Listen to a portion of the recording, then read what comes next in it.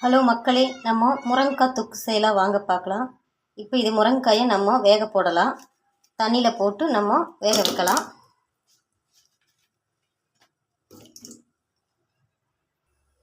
வாங்க வேக வைக்கலாம்.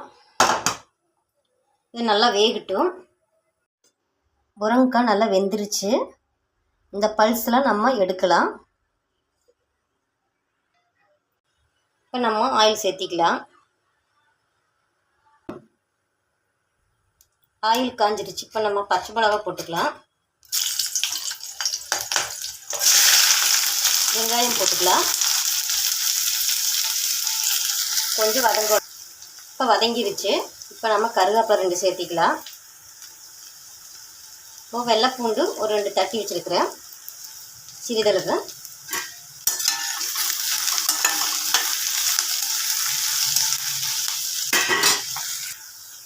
இப்போ சோம்பு ஜீரகம் கொஞ்சம் சிறிதளவு சேர்த்துக்கலாம். இதுக்கப்புறம் நம்ம தக்காளி கொஞ்சம் ஆட் பண்ணிக்கலாம். கொஞ்சம் வதங்கட்டும். பாருங்கள், தக்காளி வெங்காயம் நல்லா வதங்கிருச்சு.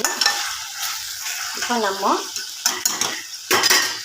வீட்டு சாம்பார் பொடி போட்டுக்கலாம். இது ரொம்ப நல்லாயிருக்கும். உங்களுக்கு தேவைப்பட்டால் இந்த வீடியோலெல்லாம் வீட்டு முறையில் செய்கிறாங்களோ அவங்கக்கிட்ட நீங்கள் வாங்கிக்கிங்க. உங்களுக்கு செய்யறக்க முடியலனா பெருங்காய பொடி,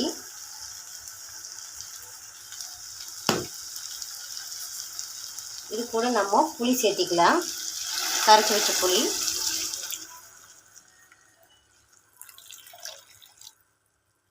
இது நல்லா கொதிக்கிட்டு. பாருங்கள், நல்லா கொதிக்குது. இப்போ இந்த ஸ்டேஜில் நம்ம கொஞ்சம் உப்பு சேர்த்துக்கலாம். இதுக்கப்புறம் நம்ம பல்சில் எடுத்து வச்சோம் இல்லைங்க முருங்கைக்காயில், அதுலேருந்து எடுத்து விழுதுகளை இதில் சேர்த்துடலாம்.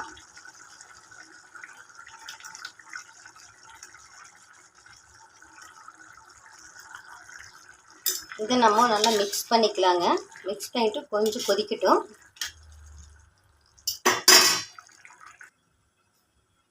இப்போ நம்ம ஓப்பன் பண்ணி பார்க்கலாம்.